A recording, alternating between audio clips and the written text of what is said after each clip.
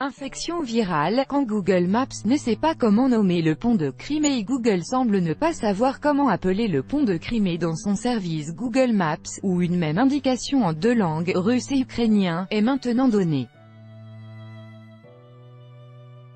Le vice-premier ministre criméen a comparé la non-reconnaissance persistante de la Crimée en tant que partie intégrante de la Russie à une infection virale. Sur le service Google Maps, le nom du pont de Crimée est indiqué en langue russe du côté de la rive orientale du détroit de Kertch, près du village de Taman, et en langue ukrainienne du côté de la péninsule, ce qui témoigne des valses hésitations de l'entreprise américaine. Le vice-premier ministre criméen, Dimitri Polonsky, a réagi à la présence de l'indication en ukrainien du nom du pont de Crimée sur les cartes de Google.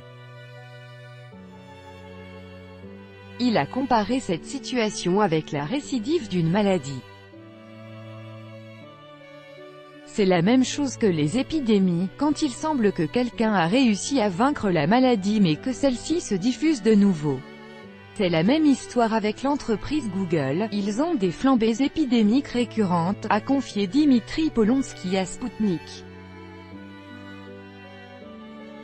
Le vice-premier ministre criméen a exprimé son regret que l'entreprise américaine n'ait pas assez de traducteurs compétents qui soient capables de nommer correctement les réalités géographiques dans des langues différentes. En gros, cela ne nous intéresse pas s'il se soigne ou pas de cette infection virale, a ajouté Dimitri Polonsky.